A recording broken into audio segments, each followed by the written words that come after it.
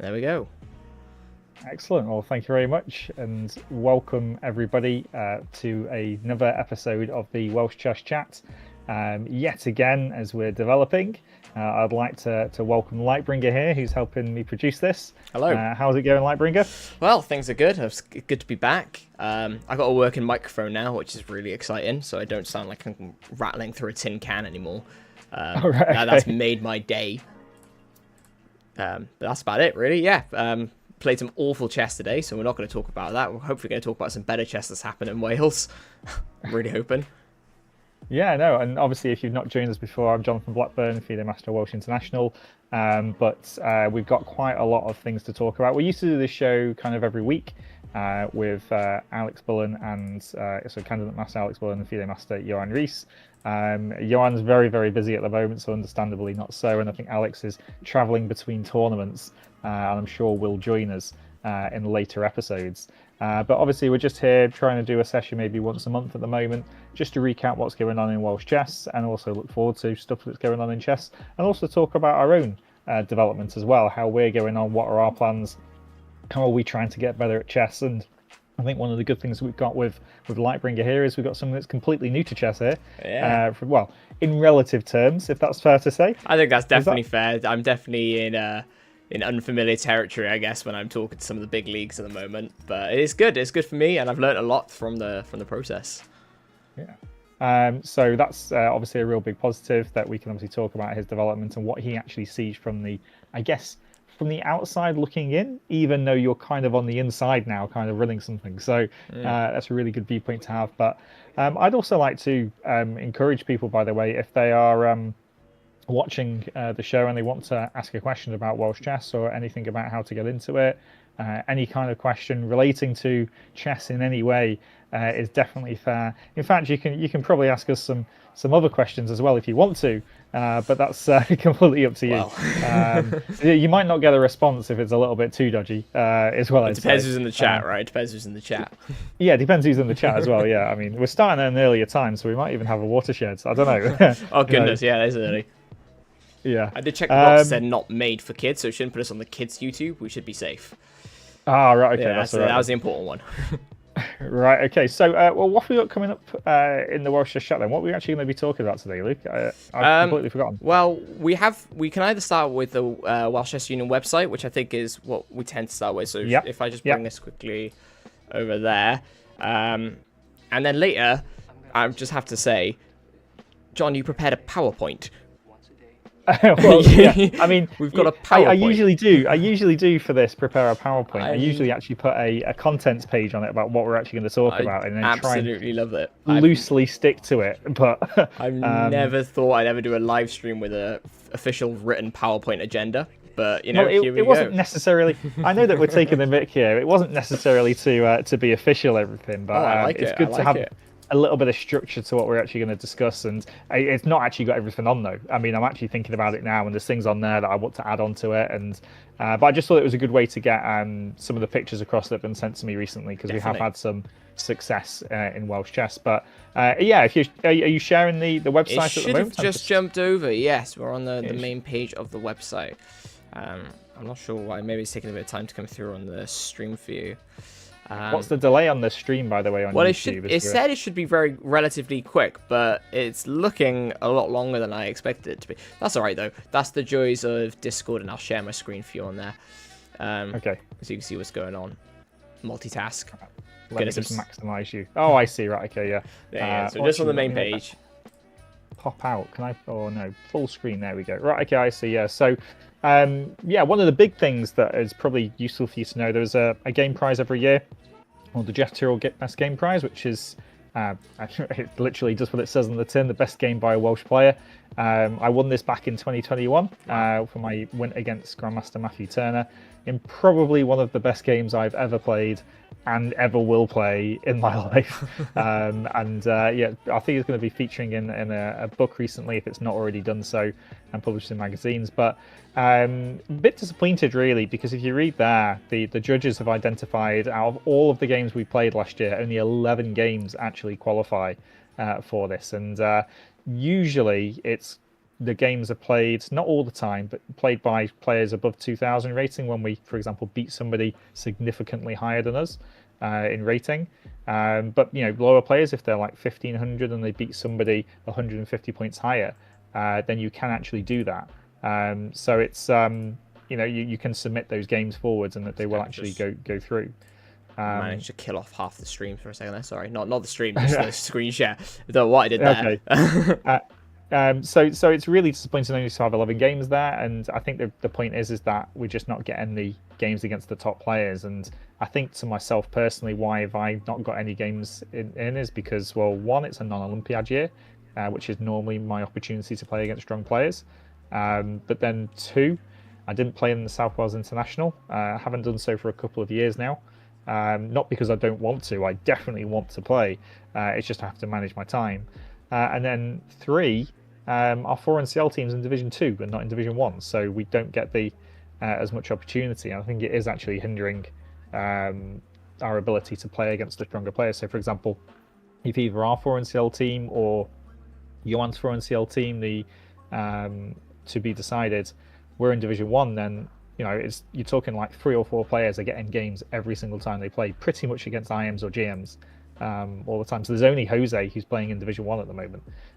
Nobody else is. So that's why he's got like 6 games, is it, who he's playing against. But that's, a bit sad. Hopefully next year we'll have the Olympiad coming up at the end of this year. And there's Uzbekistan, which is obviously a big talking point there. Another South Wales International. We'll see if there's some more Grandmasters that they're able to get to come over there, and hopefully we get promoted to Division 1 in the 4NCL, and then next year and then the year after that, hopefully there'll be more than 11 games. But I think exciting. That's just, well, I mean, if I'm playing against a Grandmaster, I know that my family tune in just that little bit more, and people who I coach tune in a little bit more, right? And they watch the game live. Whereas if I'm just playing against somebody that's lower rated than me, it's maybe not as. They still want to watch the game, but maybe they don't tune in as much. But I really like this award. I got the trophy. Where have I put the trophy? Oh, it's not here. It's at my parents' house. They wanted to keep it, so I would have shown it to you otherwise. I have to get that back one day for the next episode. Yeah, probably, yeah. Although I put it on my Instagram page if people want to follow that. There you go. Do that. Good plug. Good plug. Yeah, good plug. Right, what's going on in the calendar then, Lightbringer? What have you got your eyes set on here? Well, I booked myself in for a couple, which is... Have you? Yeah, so I've got, if we go, obviously skip past January, so we're coming into March. Mm-hmm. So I'm going to be playing in the Welsh Spring Congress in the major, just whilst I'm trying to... Well, I haven't got a rating yet, so I'm hoping that, they give me some nicer games when I start, going. And if I think I need 3 games, and then I get my rating after the next competition. I think it's 3 more classical games I need because I played. So have you actually joined the Welsh Union now? No, not yet. I need to speak to some people and send off some emails, but I think it's probably worth me doing to get a WCU grade. I never have time to go to any clubs or anything like that, and I just haven't. I see. Haven't seen a chance to do it yet, but maybe I should. Do you know what? I don't actually know how you check whether you've already signed up or not, because I was thinking, have I actually paid my subs for this year? And I'm sure I must have done. No idea. But I don't actually know how I'm meant to check, because there's, unless I go back in my bank statement all the way to, I think I might have an automatic payment back in September or something like that. Or because Jason Garcia used to sort it all out. He was the finance director, but he's since left his post. Okay. So I think I would have done it back in September or August, which is when the season officially starts. But when it comes round again, if he's not chasing me for it, I might easily forget unless I sign up. I think many other people will as well. Definitely worth doing and checking, I guess, especially. Yeah. Yeah, I haven't done it yet. I probably should do that form and send over the dosh at some point. I haven't gotten around to it. That's more my own fault. But yeah, I'll do it. I'll get myself on that leaderboard at some point and try and climb up it slowly.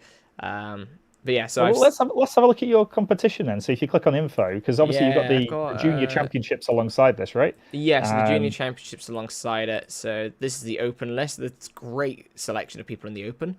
Like Alex is playing. Well champion, Ivan's playing. Well champion. Well yes. 10 champion. Fair play to Ethan. He was doing his. He won the Welsh Esports League, but he was doing I think he had exam as well the day after one of the games. And here he is playing in this weekend tournament, which is good. So those top three are probably the favourites, I should imagine. Yeah, and Tim Kett, who's I think he plays, is it North Cardiff Chess Club he plays for? So Madge number 6, he's Decode. Is that Decode? Well, I have to go say hello. What is he doing? Right, I'm sorry, Decode. What are you doing with a round 1 bye? Get that bye wiped off. Get playing that Friday night game. Or is it Saturday morning? Whenever it is. Saturday morning. These ones are. Stop taking buys. Get playing all these games. I took a bye, but it's because I have to look after my dog. And he doesn't. Okay. He will eat the chess pieces. And I've learned that from experience. But have you tried taking your dog to a chess tournament yet? I feel like I would then get banned from the Welsh Chess Union before I even signed up. So I have to make a right choice. Not just because he'll eat all the chess pieces, but because of the mess he'll probably leave on the floor next to a player or my opponent, which would be might not be a bad idea. Do you know what's interesting here, though? Sorry, because I mean, obviously I've got a dog and I would love to take her to a chess tournament, but look at the players here in the bottom of the Open, because what you've got is you do have a split, right? So if you scroll down, you look at the age groups for the junior tournaments. Well, we'll skip past your event and come back to you at the end. But you've got the under 13 championships there. No, I think they take the date of birth from the 1st of January. But it's on the regulations somewhere. So you've got all those under 13s. That's looking like a really strong event. Yeah. I mean, all of those, the top half of that more than that actually can all beat each other.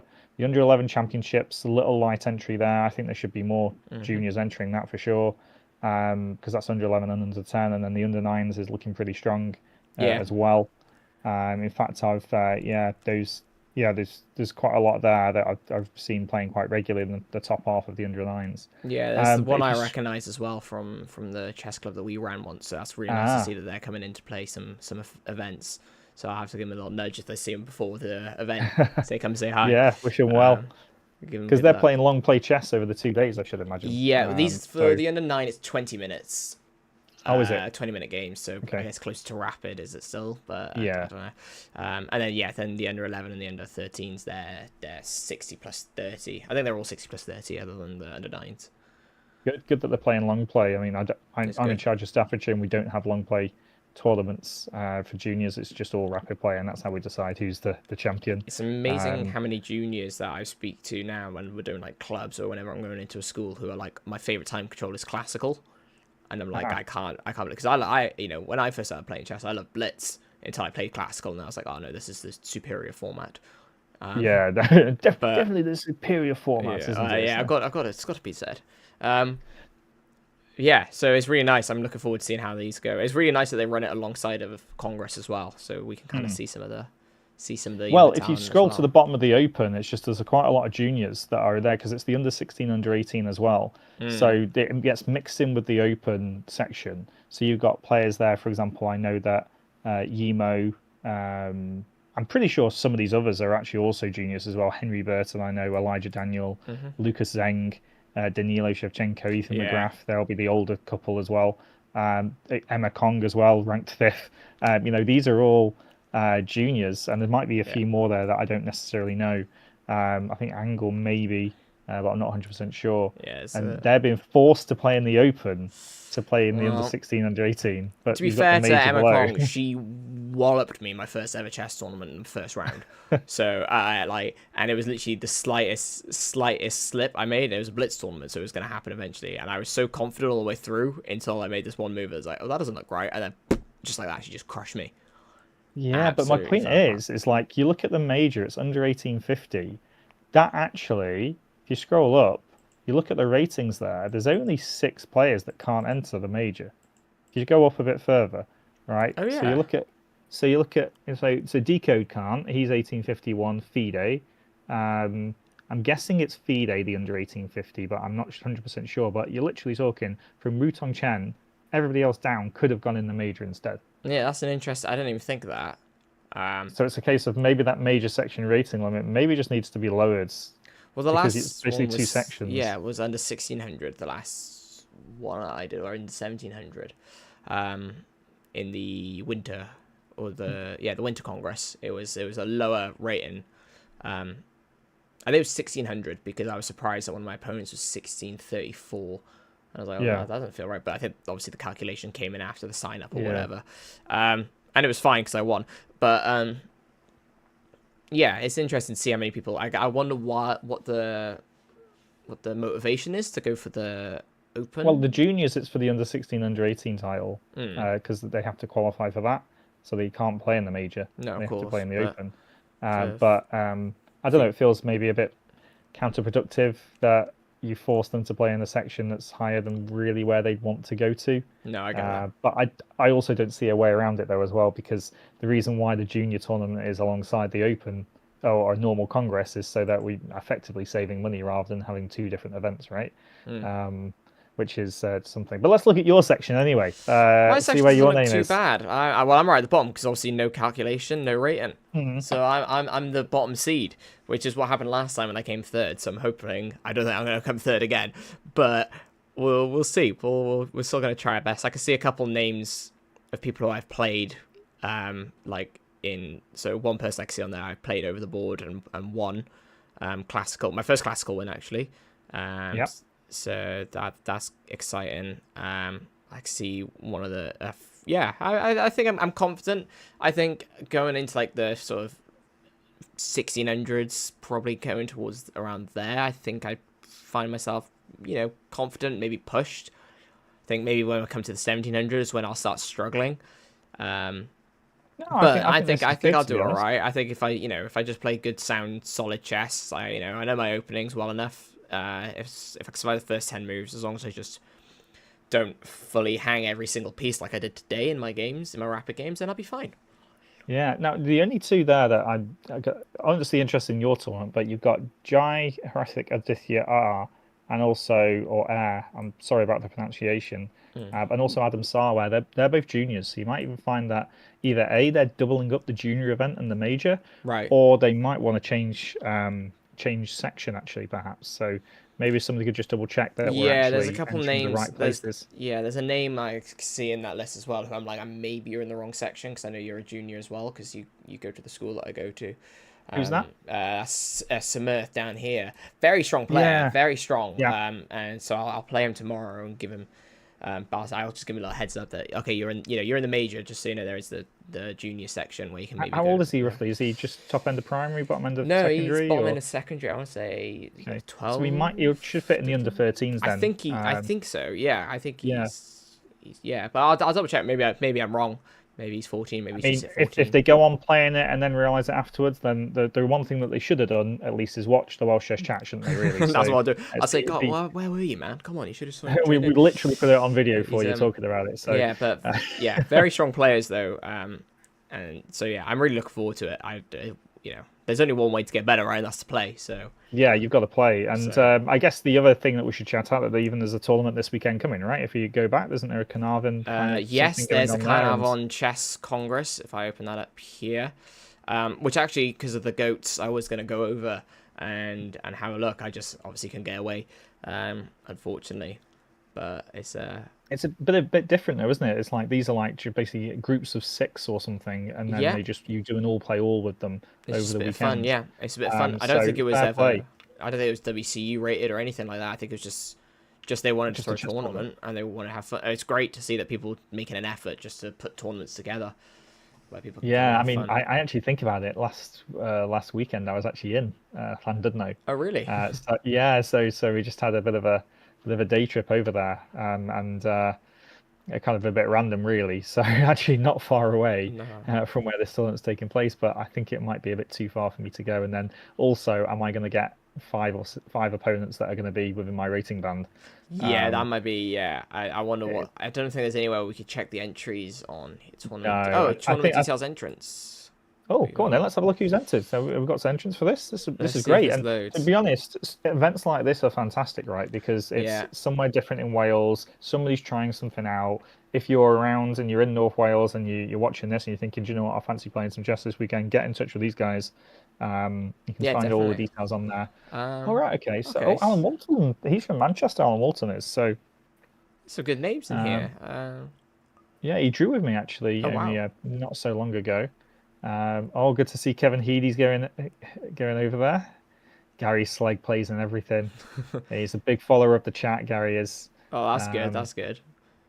Yeah, I mean, there's some good ratings in there. There's some good, there's 24 people who've gone to play. That's a really good turnout for something they posted online. We're like, oh, we're gonna give this a go and see how it goes. No, I think that's that brilliant. Really, really encouraging.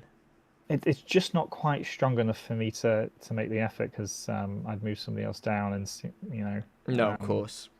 I mean, I especially as well like in a weekend tournament as well, you'd be playing for I guess first place prize money as well. So yeah. That's not quite strong enough. But do you know what? That if there's people like in around Wrexham area, you've got people like Richard Dineley, Charles Morris, strong players, and there's more than that as well. That would make a good tournament too, because we could have something coming in Wrexham very very soon at some point. I think it's going to be a big tournament going on. Yeah, no, it's really exciting. Yeah, I even emailed. I was like, what's it looking like? How's it going to be? What's the kind of arrangements for it? And the goats are really excited. It just obviously just didn't fall nicely that I wasn't able to get there. I'm interesting if it's in ECF rating there or WCU. I'm guessing the ECF rating is the one with ECF next to them. Yeah, it says WCU up here for like the label for it. So will this be WCU rated then? They said they weren't sure when I emailed them if they were going to get it WCU rated. I'm not sure if they ever did, if that ever changed. I didn't see any updates saying it would be. But, if it keeps gaining attention, then... I'd be interested to know some more details. And, well done for putting that on. 100%. Is what I'd say. Right, okay, what else is on this calendar? Anything else exciting going up? Unfortunately, that Welsh Primary School Championships got postponed. Yeah, that one's a shame. Hopefully they'll find a venue. I know that we got reached out to in the church about potentially hosting it. So maybe I'll know a bit more about it. But I'll let you. Maybe you'll step in, will you? And maybe I'll come in and save the day. I'll go in. I'll be like, don't worry, I got it. Lightbringer's here. But I think that's what I'm gonna. Yeah, I've got to hype myself up. But I think the important one we've got to probably talk about is the Welsh Championship. I think that's quite just a little bit of an important one, right? Just a little bit of an important one. Yeah. It's definitely an important one, isn't it? The Welsh Championships. Very excited for this one. This is going to be absolutely huge, isn't it? The Welsh Championships. It's just. I think this one's going to be bigger than any Welsh Championships we've been to, and not necessarily even the strength. Because I'm a bit unsure if one of the top players, so Daniel Kozasek, has not played very much classical chess recently. Okay. I'd love to see him there to play against him if he qualifies, but he might not be there. Carl Strugnall, is he going to come over? Because 2 years ago he did come over to play. And obviously these entrants at the moment, not really many people have started to enter yet. I'd expect to see in the closed championships as to get close to that 20 entrance mark. The Open Championships, I think there's one thing that we can do a lot better here, actually. The Open Champion, when you say the Welsh Open Championships, I don't know if that many people in England know that they can actually play in it. Okay. Because anybody from around the world can play in the Welsh Open Championships. You don't have to be Welsh. The only part you can't play in is the closed. And is that the only criteria to play in the closed? So can anyone play in the closed? Is there a rating limit as well? You have to qualify. The Welsh Closed Championships has got a number of different ways that you can qualify to play in it. I think if you played in it last year, for example, and scored so many points, I think you can play in it again, or even 2 years ago and scored so many points. If you played in the Welsh Open, and you're also, the federation is Wales, and you scored, I think it was something like 4.5 or more points in the Open last year, then you qualify for this year, because I think that's how Jamie Roberts at the bottom qualified. Okay. He played in the Open Championships last time, and he was able to play in it this time. And then there's also some rating bands as well, which means that you can play in it too. So yeah, it's stringent, but there's lots of ways to get in. And if they can't get in, then you just play in the Open for a year and get enough points until you can play in the Welsh Closed. But I think, we need to be maybe a bit clearer on if we want more people to come to it, because I'm pretty sure there's people over in, like, let's say Bristol area who would, because it is competing. There is a 4NCL Easter Congress as well. Oh, is that? I don't know where that is. I haven't got it off the top of my head. I will just have a quick look. And that's obviously taking place in England, which is also a big tournament. But some people don't want to go there. Some people might fancy Cardiff as a bit of a holiday destination. Who doesn't like Cardiff, eh?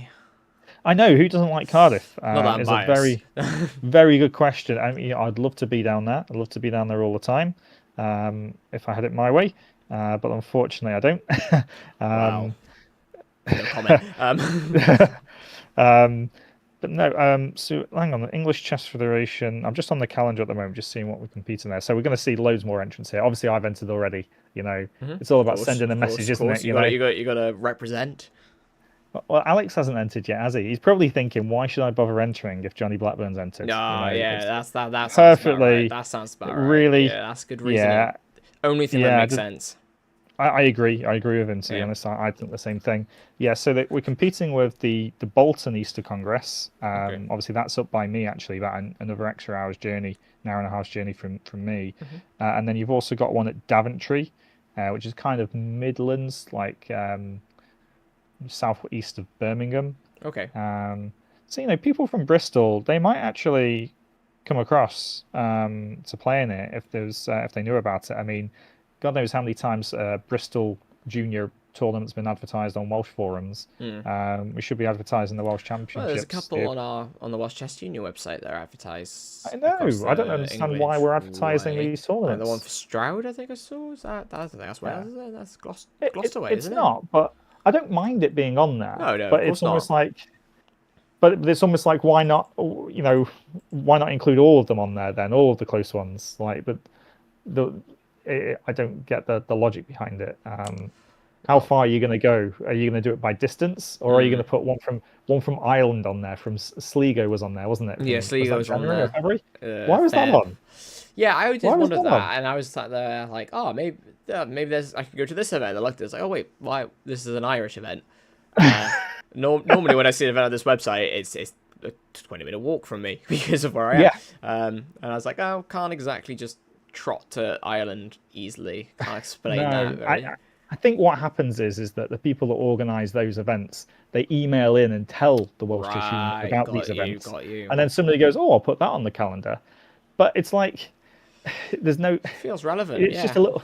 It's a bit too far. It's like... And then they'll put in, we have been invited to send entrants to this tournament. Well, guess what? Every tournament in the world is inviting you.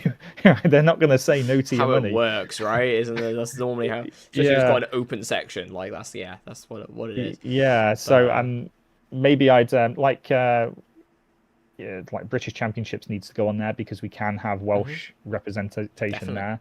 But yeah, maybe just to clean up there. But yeah, Welsh Championship's going to be great, and we're looking for feedback. We're looking for to improve this tournament as much as possible and try and get as much going on about it. But you'll see the advertising, I'm sure, on the Facebook group Chess in Wales in the run up to it, which hasn't started yet. But we're due to have a meeting in the next week or so about which you don't know about yet, Lightbringer, actually, do you? So I know nothing. I'm fully unaware. I know that I'm playing. Your ears should be turning red. You've been talked about already. Oh, crikey, that's never a good sign. This guy, watch him go 0-9. It's how it's going to go. You could do, couldn't you? Oh no, I got to go 0.5 because I got the Easter Sunday bye. So it has to be done. Has to be done. I don't know how you're gonna go 0-9 in the 7-round tournament, but is it 7 rounds? Oh, well, there you go. That's even worse. He doesn't even know how many rounds it is. Look, doesn't even know. Well, I'm just assuming I'm going to do so well or actually, bad. pull up the rounds then. Pull up the rounds because there's probably a big thing. So if people are watching, you can see the round times in the seconds. There we go. Oh yeah, it's 7 rounds. I knew that. So Friday's pretty busy. 10 o'clock and 4 o'clock starts, and then the Saturday we've got another 2 games. But then the Sunday, we only have a game at 3 o'clock. So that means that on the Saturday, or the Saturday night to be specific, for the past 2 years running, we've organised a little get-together in the pub. It's been quite late starting because the game starting at 4 o'clock, if it goes on for, let's say, 4 hours, which is not unheard of at all. Most of us are finishing around 8 o'clock-ish, and then you've got to go and get some food. So I have emailed the packet in Cardiff Bay again to see if they will let us use their little area. Yeah. I know, do love the packet. I but I haven't heard back yet, but if not there, then we'll find somewhere else to go. So if you're free on Saturday night, whether you're playing in the tournament or not, anybody into do with Welsh Chess or even the Welsh Esports League, massively welcome to you. Definitely. Let's get everybody together and have a few beers, or if I'll be on 4 out of 4 at that point, then I'll be drinking water. That'll be a great time. I tell you what, though, it is tiring, these Mm. games. I remember doing my first classical event and being surprised at how tired I was for playing like 2 games of chess. Yeah, and then you've got 7 games in 4 days. It is very tiring. Yeah, and the games I was playing were 90 plus 30. This can go on for longer. I'm pretty sure quite easily. Yeah. What is the time control again? Where is It's it supposed to say? 90 minutes for the first 40, I think, and then I keep getting a file error. Where was it? 90 minutes for the first 40 moves, then 30 minutes, and but 30-second increment from move 1. So. Okay, so extra 30 minutes at move 40 after that initial thing. So yeah, games could go on for 5 hours technically. Yeah, is that an hour and a half each? And then so 2 hours each total, shall we say, fixed time, but then 30 seconds extra per move. If you're playing for 60 moves, and that's what 30 times 30 is 900. How many minutes is that? Don't ask me to do math. I've literally just I got roasted yesterday by one of my mates about how bad my mental maths is. What did you do? I can't remember what it was. I think there was like a really easy division thing, and I pulled out the calculator just out of like habit on my computer, and that was it for the next 20 minutes. They called me long division, just because of how bad I was at the division. Oh dear. So they're like, how can you play? One of my mates literally said, how can you play chess but not know how to do division? I went, well, if you teach my friends who also play chess, they're going to agree with you on this one. So 60 moves at 30 seconds extra moves an extra 15 minutes each. So that would be an extra half an hour. But I guess some games will go on to move 100, especially if Mr. Bullen is playing. I've heard he likes to do that. Oh, he told me that when we met for a drink the other week. I think he starts just enjoying just tiring people out in drawn positions, and then he just wins. My understanding from that is yes, that's it. And from what I've seen, he's good at it. Yeah, fair play to him. I tell you what is good though. Look at that photographs point. Photographs taken at the event may be used on the WCU website and other publicity. Please contact Kevin if you do not wish your photo to be used. So I guess we'll get that list of people that don't want their photos published, because we might be taking a lot of photos. Yeah, we definitely will. Okay, well, shall we? Obviously, we've got this coming up, and if you want to enter, then please do get your entry in quickly. We try and support this as much as possible. Definitely. And 7 games of chess over Easter. I don't know what else you'll be doing over Easter, so why not play? Yeah, absolutely, come along, say hi. Say hi. Yeah, not obviously during our games though. No, please don't do that. I have had people talk around me whilst playing a game, and I was like, okay, no, I can understand why people get so annoyed at this. Yeah. And if you're looking for directions of where to go, just go to the North Cardiff Mercure Hotel and then just find the basement area, and you'll find us all there. There's normally people sat in the lobby. You'll see them out with chessboards and books and laptops with engines open normally before the games even start.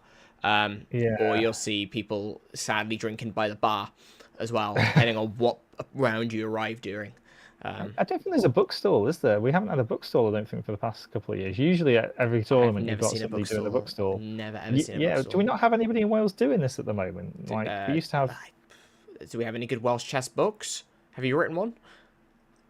Is that next? Not yet. You should do that. I think it is on my to-do list. It is on my to-do list. Why you should play the French?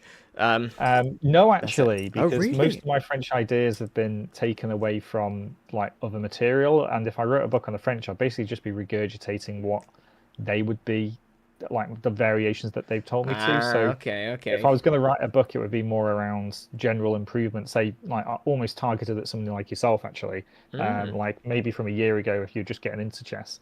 I've read 2 of those books when I started, and they are really useful. Those guys are just like, when you don't know the difference between tactic and a strategy, like, all those little things. And they're really useful things that people don't really think about early on. They just think, I need to learn every line of the Najdorf. No, you do not. You don't even need to know past move 2. You can get the idea. You to be honest, you just need to know Sicilian. You just need to know 3 moves really when you first start, and that's it. Just imagine. C5 and hope, right? That's what I do. Well, C5, just make sure you take on D4, and as long as you remember that, you can do whatever you want really. When you're new. But what was it? Yeah, a bookstall at the Welsh Championships. It does seem like it's something that's lacking, and I think maybe it's because not many people probably spent money there, or maybe even just for one day would be nice. For somebody to come in, so that it doesn't take them the entire weekend. So maybe on the Saturday, perhaps, rather than it being idea. Bank Holiday Monday, or Friday and Saturday, because that's when most people are there, and we can have it maybe upstairs in the hotel area.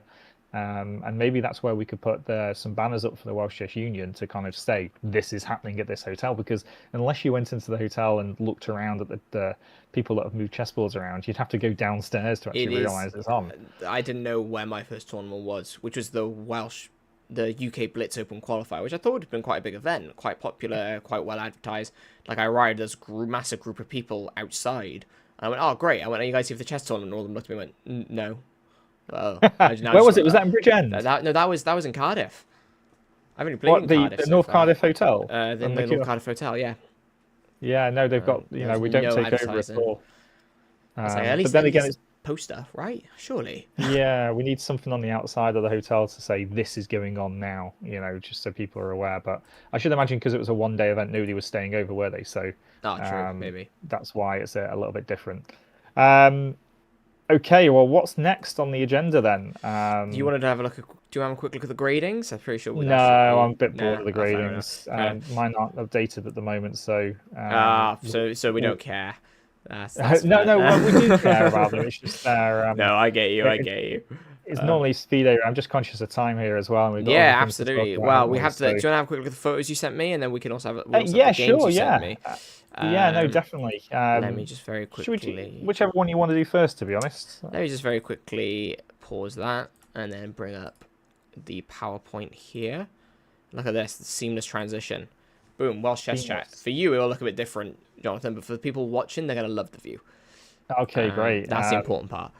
You'll just see PowerPoint, but I've done cropping, I've put a border around it, This is very nice. I need a raise, like, surely. That's what's going on. A raise from free. Just checking it's actually gone live for you or not, because I'm looking on the YouTube channel. The YouTube's got a bit of a delay on it, but that looks a thing. So that'll come through eventually. I've sent a report to the publicity director about some fantastic performances. As our Welsh juniors raided the channel. Or that's raided like English. That's what we'd like to hear. Come on. Yeah, and they did some really, really well. Obviously, just got some photos there of some of the trophy winners. But to be honest, I think 12 of them went over to Portishead, and wow. Actually, all 12 of them, to be fair, even though I haven't got a photo for everyone, and of course not everyone can make kind of like the report in full, but it's they did really well. Oh, that's great to hear. Especially our girls. You've got pictures there of Joseph and Andre who did well as well, but all four girls there have all come away with trophies, and I don't know why, but for some reason we keep producing competitive girls all the way through, and they seem to be. I don't know why. Maybe it's English girls are still very strong as well, but it seems like they go across there and they win loads of trophies. So keep doing it, and they've done fantastically well. Oh, fantastic. But we also had some success elsewhere as well. So I know that, for example, not pictured there, but Asia Actuals did well in my tournament that I ran last Sunday. She qualified for the EJCOA finals by being the top girl in the under 8s. Oh, wow. Even though, so it's a bit weird because it's called the EJCOA, which stands for English Junior Coaches and or Arbiters. I'm not too sure on the last few letters. That's too many letters. I'm already confused. I know. Didn't take me long. If you're Welsh flagged, you can still go in it. Oh, wow, okay. It's like a bit strange, but we've also got Jamie Roberts as well, who won a section in the Blackpool Congress. So Jamie's up by me. And he did really well to win that. He got 4.5 out of 5. So he shared first, but he still won 350 quid, which, if I'm thinking about it, pretty sure that's more than I've won in the entire year. That's I wouldn't mind that at all. Yeah, do you know what's annoying though, right? Is that I said to my wife, "Oh, look, he's won 350 quid. She goes, how come he's winning more than you?" And I was just like, well, firstly, he actually entered the tournament. Blackpool's got really good prize money. And then I said, yeah, do you know first in the Open was £800? She goes, well, why weren't you playing? Are you telling me that I could have played now, in this tournament? And absolutely. That's how I get allowed, because when I went to one of my chess tournaments, and my wife's like, "You really gonna sit all week here play chess?" That first prize 250 quid. Yep, go have fun. That was it. Like, yeah, I mean, it definitely is an attraction. So to go down, so why we also, big shout out. I love the game. There's a big reason why a lot of people compete, isn't it? Because it helps line the pockets. But yeah, no, shout out to Jamie. That's huge. Yeah, it helps pay for coaching as well, I should imagine. But I guess for me, there was chess as being my I'm self-employed. Chess is my full-time job as a coach. So if I can do a bit of playing and get the competitive games in alongside trying to win a little bit of money, you're not going to win all the time. You probably win, I don't know, 10%, 20% of the time, maybe that's a push even. But if you get it right, then it can be really useful. But okay, we also, I don't even know if we've done a Welsh Chess Chat since the Welsh Esports League concluded. Not since this one, no. Not since this one. Not since this one. So I put there the group stages from that, and actually, Lightbringer, you can talk a bit more about this, can't you? Because you played in this, right? I dabbled. I dabbled a little bit. I dabbled in the group of death. In the absolute group of death. I don't know how I ended up in this, or if it was some weird seeding thing. Because in the other group, there was a bunch of people who I would have loved to have gone against. But fortunately, it didn't come last in my group. That was the only thing I didn't want. I was like, well, I know I'm not going to beat. Was it? Did I have an FM and 2 CMs, or was it 2 FMs and a CM? No, you had some. So you had Ethan Rathbone Jones of the artists. He's an FM. No, he's a CM. You had Bulanov. Yeah. The Sea Dragons, he's a CM, and he had FM Welsh Tiger, 2 CMs. And I've had to play twice. I had two matches against him, which I think in total I played 9 Blitz games against an FM. That's brilliant. That's what you want, right? It's great. It's absolutely great. But oh my goodness, my heart being in my throat for most of it. But I didn't lose in all of my games, so that's the part I was most trying for. As long as I can beat a few people, then that's all that matters. And I beat some decent people. I had some shaky games, which I probably should have won. Shout out to my famous blundering mate in 1 when I was definitely winning. Of course, winning. That was devastating, wasn't it? That one. It's devastating because I don't know if you saw my video of it afterwards. I went, I'll just push. Have I just blundered mate in 1? It's like I saw it, immediate reaction of straight away. Like, so I was like, I knew what I was doing. I knew exactly what I was doing. I had to, I had to make it fair. I had to give people a chance, I guess. That's what. So if people are wanting to see this, they just need to follow. They'll follow me on Instagram, but also follow Lightbringer on Instagram as well. Follow me on Lightbringer, and you can see the clips. What we're talking V1 about. Because the clips of me blundering are probably going to come thick and fast, especially as the events are coming in. I'm very famous for blundering stupid things. I was telling Jonathan earlier about my work league game where I was up a whole rook and blundered mate in 1. Just out of nowhere. I was like, I can threaten mate in 1 and moved it. I was like, hang on, something doesn't feel right about this. And then I heard the Lee chess mate sound come through. So, but it was great. It was a great experience. I mean, and then obviously we're looking at Group A, which is a very interesting group. We had Decode back. Still playing B4. He loves it, doesn't he? I've never known someone love B4 as well. to the point where one of the juniors that I work with and who I've known since he played when he's about 900 rated, now he's 1600, who played against Decode, and he was talking about, I was like, I'm playing this really weird guy the other day. I was like, oh, what do you mean weird? He's like, he played B4 in the opening. I went, oh yeah, I know who that. I know who that is. There this is. Yeah. I was like, I played him. Yeah, he's great. He's a great player. He's like, yeah, he beat me. Do you know what the good thing is that everybody in Wales is probably going prepared now for 1B4 because we all know the chance of playing him. And so when we go outside the country to play and everybody plays B4 against us, thinks that they're getting a surprise on us. We're going to absolutely smash them because we're just going to be able to blitz out 10 moves of theory or something. What you need to do regardless is drag him into the Olympiad though and just get him on like a reserve board or just somewhere when no one's going to expect him and have him play normal chess just up into the right point. Say, right, you're only allowed to play E4 for the first 3 rounds. And then you can go for B4. I guarantee you'll come away with trophy after trophy. No, I don't think so. Somehow, I think everybody there is prepped for every opening. It's difficult, but I mean, it was a really good tournament though, and obviously you made it through to the actual finals, didn't you? Really? I've done this every time, and I still don't know how. I don't know what I've done. Every time I've ended up in the elimination. I don't know what it is. And every time they put me against someone who's 2,200. Yeah, I mean, just to clarify here, there was two separate finals. There was the finals for the first and second place playoff. Now, unfortunately, Lightbringer made it through to the fifth and sixth place playoff. No, yeah, fifth and sixth place playoff. Yeah. But it was still a finals, and so yeah, you can be very proud of yourself for getting that far. I'm taking it. I'm loving it. Rode your luck for sure. Oh, definitely did. There's some good chess, and there was some definite I've just somehow made myself survive. Yeah, and a big shout out because last season, season 9, Pedrada won it with the Wolfhounds, but this time he wasn't able to start with them. And for the second year in a row, Bulanov came second with the Sea Dragons.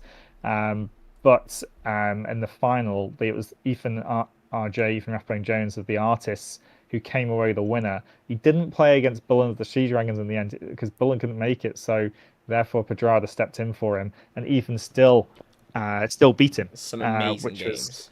Which is going to be a really important thing, because you mentioned there the Welsh Tiger as well was in the same group as Bulanov, and Alex Bullen, and also Ethan Rathbone Jones. Those three going to meet in the Welsh Championships coming up over Easter, alongside myself, alongside Pedrada, all these are most likely going to be entering the Welsh Championships. I very much doubt it that they won't. So there's almost like a subplot here between that plot of the Welsh Championships, and then the subplot of that is all of those games are going to matter for the Olympiad selection. Oh yeah, surely. I keep forgetting that. Yeah, it's going to be very important for deciding who's going to come play in the Olympiad, isn't it? Yeah, and then you've got Alexis Harakis to mix in as well. I hope that he plays in this next season as well. I'm going to be pestering to do so. So you've got all these top players. Owen Cave hasn't played in this yet. Hopefully he adds in and he joins the Welsh Championships. So it's going to be a really good event. Everybody can beat everybody, and the Welsh Esports League, fair play to Ethan Rathbone Jones. He absolutely destroyed. After that first round loss to Bulanov, he came through and deserved wins. I think the artists are very pleased with him. Yeah, very happy. The really social media blew up, and it was great. He played a great game. He did miss a mate in one. Can you just remind me? Who spotted that? I can't remember who spotted that. I don't know because I missed it. I missed it. I am Pedrada missed it. CM Ethan RJ missed it. But who did see it in the end? Sometimes you need the eyes of a 1500. I'm just saying. Yeah. Sometimes they're needed. Sometimes they're. It's just. Yeah, that's it. I was telling you when I said, next GM sat right next to you. You won't expect it. He'll come out of nowhere, but. It's happening. True. I'll see in the Olympiad in Dubai in 2 years' time. That's the goal, right? That's surely got to be the only next step after Welsh Esports League. Well, maybe becoming Welsh champion, maybe, or I got it. Yeah, but then I got to beat you as well and stuff like that. And I just don't want to hurt your feelings. You just feel bad, wouldn't you? Yeah, I couldn't do that to you just yet. Yeah, no, I understand. I'm holding back. Right, what's next on my list? I can't even remember what I put in. You got what's coming up, where we've actually kind of already looked all this stuff. The only thing we didn't mention was the Junior Championship and the Fishguard Rapid. Okay, yeah, so people can look on the calendar for those, though. They're not completely. And then, the Welsh Championships over Easter is the main thing. Yeah, and then we got something about and then just schools. Yeah, just a little plug. So just I'm doing online schools chess at the moment, completely from scratch from the start. So if anybody's got a school, a primary school that they're looking to get chess into, but we do struggle massively for tutors. So I know, for example, that Lightbringer here is also potentially available to go into some schools. I know that Alex Bullen might be going into some schools potentially. And we do have tutors dotted around the country, but we are still massively short. And there's definitely schools out there that would like some sort of chess involved, but they can't actually get a tutor to get to them. And also, it's sometimes quite costly to do so. So if you wanted a different solution, then I've got just a half an hour session on a Friday afternoon that's really cheap, and we can do it via chesskid.com at the moment. So I'm trialing this out basically this half term to see how it works and to see whether the online teaching works really well. If people want to be part of that trial, then by all means just get in touch and send me a message if you can do. That's a phenomenal initiative, though. As someone who does a lot of youth and children's work on the side, it's on a volunteer capacity, the amount of benefit chess has, just in terms obviously this. Kids love it now. It's absolutely surged in popularity. The amount of juniors we have playing chess is phenomenal. The amount of juniors that I play regularly, and I'm definitely, like I said, compared to most people who I get to talk to, I'm nowhere near as good. But for like your average everyday person, I call myself, I'd say I'm a decent chess player. And the amount of juniors who come out of nowhere, they're like, oh yeah, I play here and then I'm fighting for my life in a blitz game when I go into a school is insane.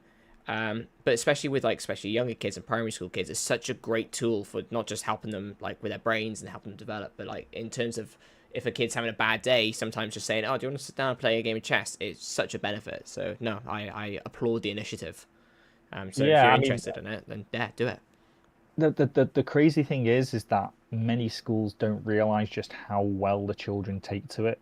And like a lot of them, before you go in and actually do the chess with the pupils, they don't actually realize, and they think almost like, oh, none of them will like it, it'll just be terrible. It's too boring. But actually, when you get there, basically chess fever takes over, doesn't it? And you can't get them off chess, really. No, it really is a case of, and I think people, and it's mainly adults, you notice, there's such a perception that chess is this boring kind of long thinking thing that people don't want to take. No. And people don't realize actually, because I remember I just tried to get okay at chess just to beat my mate in a trip to the pub. I watched one YouTube video on it, and then I think I played 3,000 games in 3 months.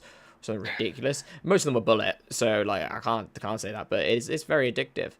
Yeah. Although let's not push the addiction. And also don't play 3,000 games of bullet is a reason why I was stuck at 400 for as long as I was on chess.com. Yes, that's a bad idea. Bad idea. Okay, so that's that part. Shall we have a look at some chess then now? I mean, we're 55 minutes in nearly. Yeah, it's probably about time, isn't it? Let's get some chess in. It's got to be done. We've got to actually have a look at a chessboard, haven't we, at some point? Yeah, I'm going to have to change my screen share very quick. Change your screen share. There you go. And do you want to quickly just check that it's working nicely if you move some pieces around? Oh, you mean on the Lee chess study? On the Lee chess study. I don't. Yeah, why did I share my screen? Actually, you got the Lee chess. Yeah, I can see your arrows. You can see my arrows, yeah? Okay, so yeah, I mean, I thought I'd put this on, but this is just a bit of I don't even know what you call this. Is this a bit of trolling, is it? Or is this just a bit of fun? From what I'm going to see by the ratings, is bullying. Yeah, this is bullying. Yeah, we need to take that down. But this is what happens, though, right? Because I'm a title player on chess.com, I get random people challenging me to games. Okay. So because I've changed the settings ages ago so that anybody can challenge me, because I think I needed to do it for testing out stuff or whatever. Random people just challenge me, and most of the time I just click off it because I can't. I'm doing another lesson, or I'm going to do something, going to walk my dog, whatever it might be. But this person challenged me yesterday, and I thought, do you know what? Let's give him his time, or her. I don't know. I'm assuming Joseph is probably a male, but I don't know. Let's give them their chance, their shot, so to speak. And I quite like the time control. I thought, go on, and I've got a few minutes here to spend. Gotta give it a go. Let's just see what happens. So obviously, I don't play the Sicilian at all, but I thought I'd play the Dragon. And I didn't actually know any theory here, really. So I knew up to this point. And then I thought I generally know what to play. Actually, I'm just going to load up. That's about right. That's what I'd play. It looks right, doesn't it? I mean, Knight C6 is more popular. I think they call it the Dragadolf. I should have played Knight G4. What an idiot. How did I miss that move? Yeah, that would have been... That would probably just at least given him a problem on his dark square bishop to say what you're going to do about it. Yeah, but I'm telling you, from playing 1500 for ages, he will play f3 and then you'll just get the fork. 100%. Okay, right, okay. Well, I've missed a free piece then. By the sound of it. But okay, I'm just playing quickly anyway, just because I'm just wanting the game to be over, but also I still want to win. So knight f3 is obviously not what he wants to do. Dropping back is well, just going backwards. So now we just get some stuff going on, and then I thought, right, I'll line up the typical sacrifice. And I just thought it was a really good learning kind of game from it, because if you play this kind of Sicilian, you play these setups, then actually here you should know what the move is instantly, because it's quite obviously going to be sacking the rook for the knight. And this was just almost instantaneous. It just a bit of calculation around it just to make sure that I'm not losing a piece or anything. And I just thought this was just a really nice way of showing how the typical sacrifice should go in this line. Is this kind of stuff that you would play? The sacrifice on the rook sacrifice to c3, yeah, it's something I probably would. I quite like the look of that. It's something I probably would have considered. Probably not in a blitz game if I had time. Yeah, in a blitz game, it wouldn't be the first thing that came to my mind. See, that's wrong. That should be the other way around. You should be doing more sacks in blitz games. The thing about me when I play blitz, I don't play a Sicilian. I tend to try and play some. I play a bit more, I guess, a bit more freely. I just kind of mess around and throw pieces, and also I guarantee in my rating, the chance of me getting an open Sicilian is irrelevant. True. They'll just go knight f3, bishop c4, won't they? Yeah, every time. So I win more games as black at the moment as white because it's so much easier because people just don't know how to play against the Sicilian, or if they played d4, they don't know how to play against a King's Indian. And I feel like I play quite dynamic openings as black. Well, I mean, here the game was won, by the way, because obviously I won the exchange back and swapped some pieces off. And even though it's opposite coloured bishops on the board, he got excited with bishop h6, I think. You know, thinking, yes, I've got a chance. Not to take my rook, but can he checkmate me on the back rank, or can he checkmate me on g7? That's the thought. I feel like he got excited, so I thought, let's close that down immediately. And then we have a little fork here, and then he ran into this. So here, actually, I can't take the rook. I wanted to take the rook here, right? And then knight takes e7 is actually fun. I was like, I could have lost, so I have to take it back. And then he fell into the well-known trick of rook c1, thinking he's pinning the knight to the rook, but no, he isn't. And then he had to resign. But you know, fair play. I respect the courage because I'm telling you, someone who had to play title players, not have choice. Yeah, it's scary. It is scary. Yeah, Josie 123, fair play to you, mate. If you ever watch this, then fair play, and you know, thanks for sending the challenge through. We can send him this video afterwards. We got his username. Yeah, well, if I can do. Like you've been reviewed. Oh, yeah. I guess I can add him as a friend, can't I? And then I can send it to him and say, look, you've just been your game's just been discussed on the Welsh chat. That's awesome. The ultimate trolling. The ultimate trolling, but also the best form of advertisement. Well, I mean, fair play to him. He shot his shot, didn't he? And he got his game out. He did try to rematch me, but I was like, no, I'm not playing again. You get one game and that's it. You're white in that game as well, so that was your choice. Yeah, that's it. Like, yeah. Oh well. All right. Well, I'll tell you what here then. This is for you actually. This is from my league game last week, and it's just a funny kind of finish. So actually, it's black to play here, and in 2 moves' time, my opponent resigned. He probably resigned prematurely, to be fair. But if you're watching in the chat and you think you can see what the win is, then by all means type it in. By the way, hello to that apparent Connect 4 champion that's Cinnamon Shifty. I didn't even see that. He claims that he's the greatest Welsh Connect 4 player of all time. I mean, I don't even know where I'd go to research that. So is that actually true? Can you post us a link or even a picture of the proof of this? We'd love to hear from you. I didn't even know that it was the Connect 4 championships. Yeah, I would never have thought that. I feel like Connect 4 is one of those games like the Rubik's Cube where it's kind of already planned out from the start to finish, really. Everybody just knows what the best moves is. Yeah, I gave up with the Rubik's Cube thing after I got below 20 seconds. I was like, you're one of them, are you? Right, okay. Yeah, I did. Yeah. Come on, what do you expect from me? Come on. How long do you know me for now? I mean, it's, I'm not surprised. I bet you there's quite a lot of other people, by the way, that actually do it too. I've seen them at tournaments, yeah. Oh, you've been to Rubik's Cubes? No, sorry. I've seen them at chess tournaments. People speed cubing whilst waiting between games. Speed cubing. Oh my god! Right. Maybe I should do that. I mean, how on earth can I say I'm a chess player? I'm not that much of a nerd. That sentence just doesn't go right? Trust me, you will never beat me on the nerd level. I'm sorry. Okay. Nice try. You can try your best. Well, I'll tell you what. Black to play, and I made my opponent resign in 2 moves here. What are you saying? Well, you know, when it comes to your puzzles, it always depends on your mood and how what kind of puzzle you want to give me. Because I remember once having a lesson with you, and black to move and win, and it was a very, very quiet move. And this, I feel, this is quite dynamic where we are. I've got a lot of weird, I don't know, black to resign in 2 moves. I mean, it's not like he probably shouldn't have resigned. He probably could have played on. But it's quite funny. But I'll give you the first move. So the first move is rook takes rook, and then he takes back, and then it's black to play. And after this, we're winning material. Oh, what? Knight c2? Knight c2 does not work because it just gets taken. Knight c2, and then bishop takes rook. And then knight takes bishop, and now you're losing. Is that losing? Oh yeah, okay. So, I mean, maybe not losing. I think Black's still got great drawing chances. So, for example, you could probably take this pawn. So you win the pawn back that we were down. But here it's 2 pieces. 2 pieces against the rook. The knight and bishop are better than the rook. Yeah. Here. Anyway. See, I thought I found something fun. Knight c2. No, that's not the answer. Black to play here. Come on, it's actually so simple when you look at it, but it's just so crazy, right? Because you wouldn't expect it to actually happen. So if you have a look at White's pieces and just see where can they actually move safely, and go for each one by one, you'll hopefully get there. It's not just... No.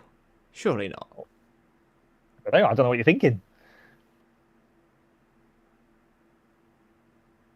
Is it just E5?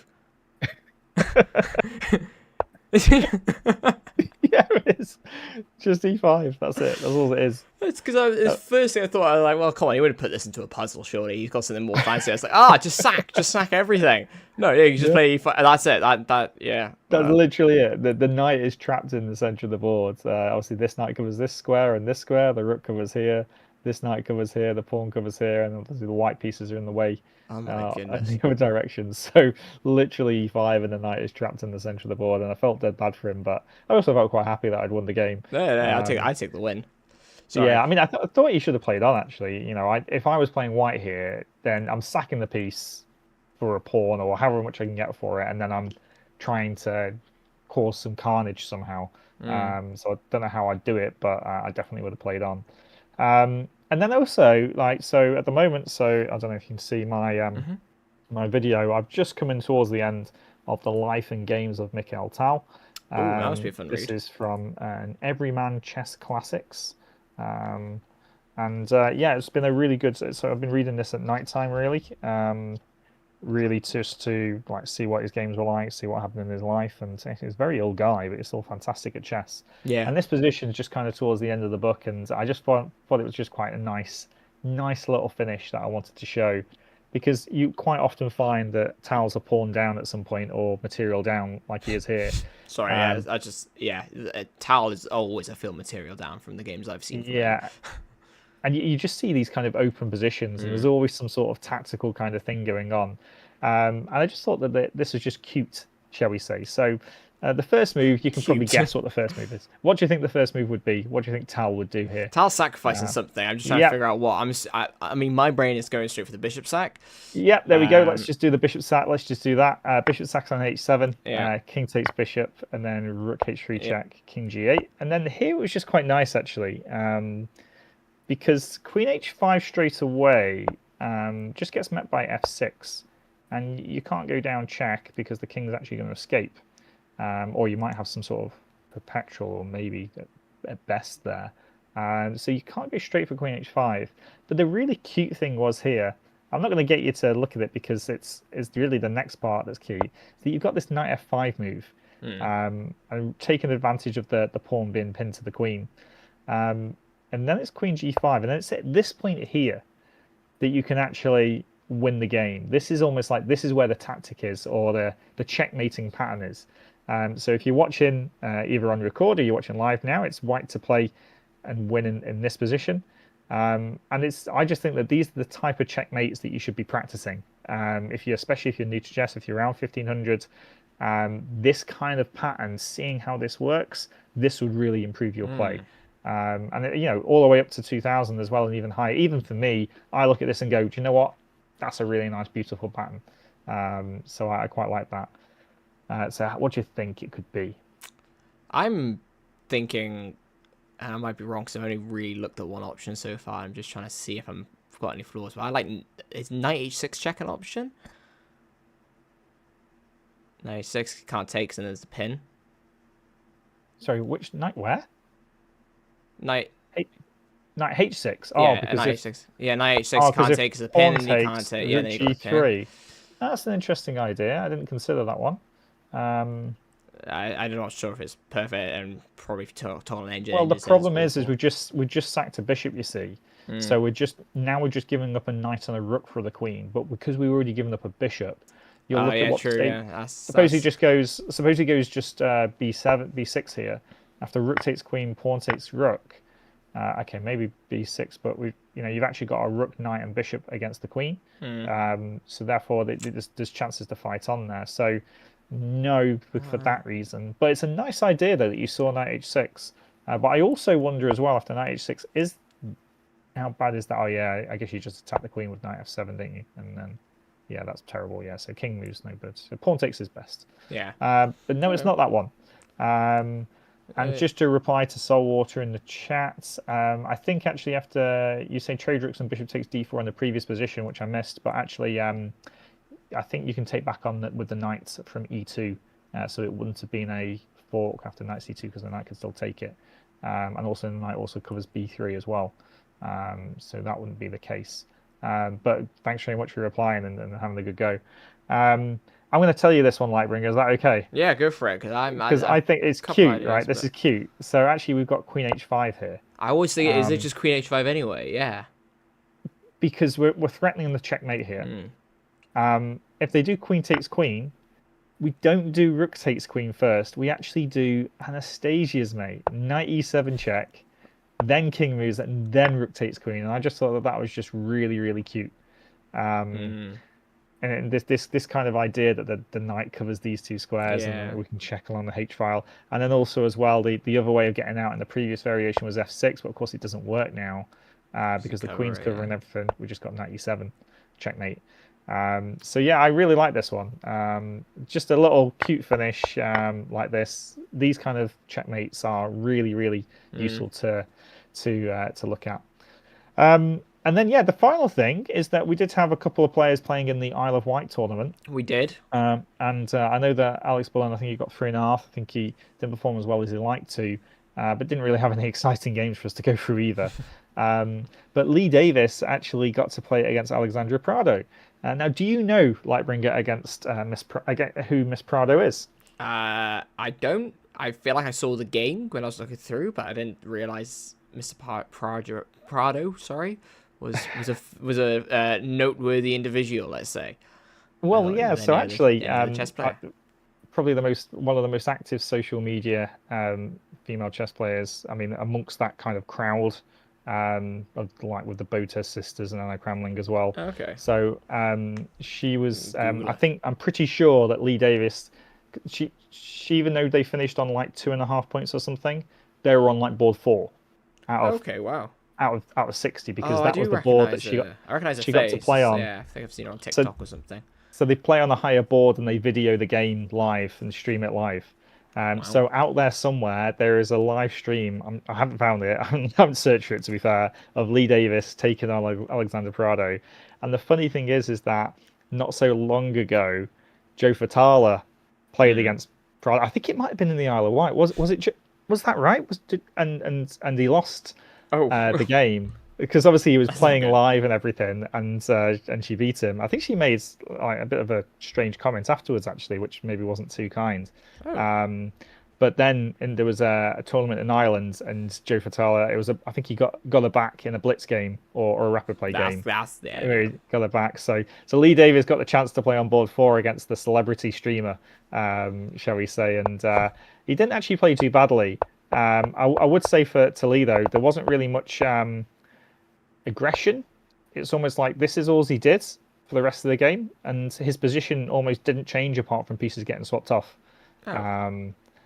From this point, so it's typical, setup against the King's Indian with the fianchetto, and he just basically maneuvers around, and he gets this f4 move in, which is good, but there's not really much else going forward, shall we say, that he did.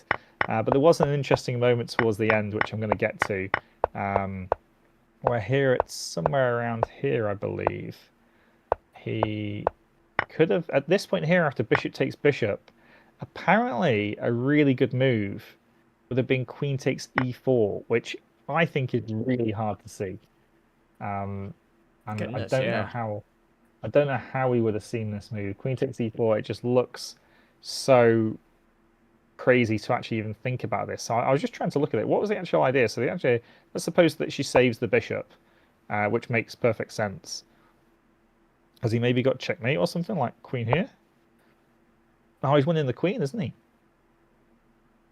Oh yeah. He's winning the. Okay. Oh no, yeah, he is. He's winning the Yeah, he queen wins the queen. because if King H7, then Rook E7 wins the queen. I mean, has she got perpetual check here? No, king here, and then I guess the king just walks his way over. Or the king walks this way. Oh, that's just terrifying. That's a cool king walk, isn't terrifying. There's a lot of famous king walks. Can you imagine if there had been one from Lee Davis? That would have been cool. One from Lee Davis there, and also with Queen F8 here, then Queen G6 settles matters because then it's Rook E8 next go, regardless of whether they block it or play King regardless. H8. Yeah, so actually that's going to be checkmate if Queen G7. That would be checkmate. Bishop back, then Queen Rook there. Takes it. If King here, then yeah, same thing. So yeah, that was a really an opportunity, but a really hard one to be fair. Yeah, he takes back and then just traded it. I believe here he's actually worse. But what Prado needs to do is she needs to go Rook F1 check apparently, in order to swap the rooks off like this. I guess you can see how Black's winning this now, right? Because she's probably going to nick this pawn, and then she's going to be able to exchange queens. And that endgame's going to be won for Black, I believe, because even if he wins this one on E4, yeah, that pawn's marching. Yeah, it's these are too strong. So you're going to get something like let's say I don't know, let's say Queen E2, Queen takes even Queen F3 here, right? This must be a. Do we take with the G or E pawns here? I'd be taking with the G pawn probably. I think we can move our king to here. Oh, not there. We can move our king up to here. Yeah. And this king's not going to be able to stay on F2 because we go King H3. The king has to move away. Oh no, they've got F5. Got F5. So we're stuck. We're stuck. Maybe not Queen F3 though. Actually, I'm not convinced by that. You're asking the worst person at endgames in the world. I'm telling you. I know, right? I'm actually interested in this endgame now. That's the problem. I'm actually all in. Would the queen just take the pawn instead, or is that just? Well, if we take here, I'm just wondering what's the follow-up after Queen E4 because this is going to give perpetual check most likely. So therefore, we have to have something now, and I don't want to swap queens. Not at this point. That would be really bad. So I'm wondering here, have we got maybe something just maybe more simple like Queen D4? Might have to get played. And then actually there's no way through for this white queen, is there? You can't actually get through on any kind of level, so we could take our time to bring our king to F5. There's no real danger there, is there? Yeah, no, there's none, because nothing's ever going to get taken. So therefore bring the king to F5 and then we can go in for the queen trade when we're on our terms, and that's probably most likely going to be winning.